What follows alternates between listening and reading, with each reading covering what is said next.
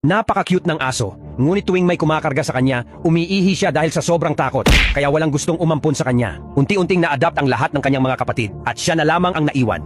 Isang araw may dumating na pamilya. Nagustuhan nila ang aso, ngunit nang buhatin ito ng empleyado, muli itong umihi sa takot. Nainis ang pamilya at agad na umalis.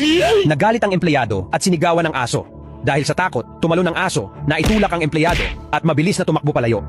Habang tumatakbo, napadpad siya sa isang wrestling arena. Nandoon ang isang bilog na ring at isang wrestler na nakatayo. Hindi makapaniwala ang wrestler na isang maliit na aso lang ang nasa harap niya. Binuhat niya ang aso para subukan ang lakas nito, pero umihi ang aso sa mukha ng wrestler dahil sa takot. Napakabaho nito kaya napapikit ng mahigpit ang wrestler. Nagtawanan at nagpalakpakan ang mga manonood, na parabang nakakita ng himala. Dahil sa galit, tumakbo ang wrestler papunta sa aso, ngunit nadulas at bumagsak. Tumalon ang aso sa kanya at kinagat ang leeg ng wrestler. Napakahigpit ng pagkakahawak nito kaya nawalan ng malay ang wrestler. Nagsimulang magbilang ang umpire at idineklara ang aso bilang panalo. Umingay ang buong stadium sa palakpakan. Hindi maintindihan ng aso kung ano ang nagawa niya. Biglang may dumating na unggoy at sinabi, "Tinalo mo ang isang dakilang wrestler. Ikaw na ang bagong kampeon ng ring." Ngunit ayaw talagang lumaban ng aso. Ang gusto lamang niya ay magkaroon ng tahanan. Sabi ng unggoy, "Hahanapan kita ng mabuting pamilya at gagawin kitang mahusay na wrestler." Natuwa ang aso sa narinig niya. Dinala siya ng unggoy sa isang mabait na pamilya at inampon nila ang aso. Nagsimula na silang mag-ensayo ng sabay-sabay. Una, tinuruan ng unggoy ang aso ng isang flying attack. Sa galaw na iyon, kaya niyang pabagsakin kahit malaking hayop. Sunod ang pagpapalakas at pagpapahusay ng stamina. Pagkatapos ng mahabang pagsasanay, natakda ang unang malaking laban ng aso. Ang kalaban niya ngayon ay isang nakakatakot na mommy.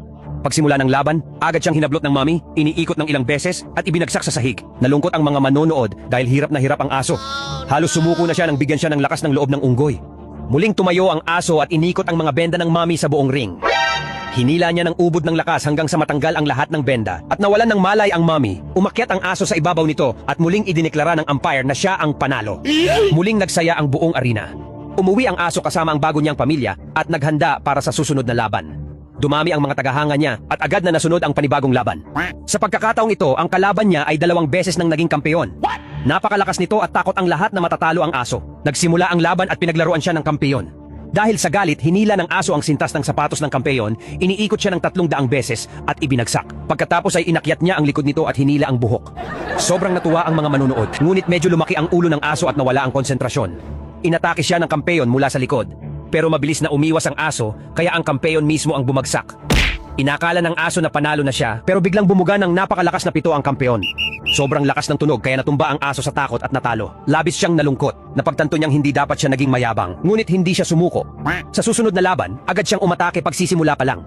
Ngunit muli na namang tumunog ang nakakatakot na pito at natakot ang aso. Umakyat ngayon ang kampeon sa sulok ng ring. Magpapakawala na sana siya ng isang napakalakas na atake. Tumahimik ang buong manonood sa kaba. Nagkatinginan ng aso at ang kanyang amo at nagbigay ng senyas sa isa't isa. Nagsimula ang amo sa countdown. Pagsabi niya ng isa, tumalon ang kampeon. Pero mabilis na umiwas ang aso.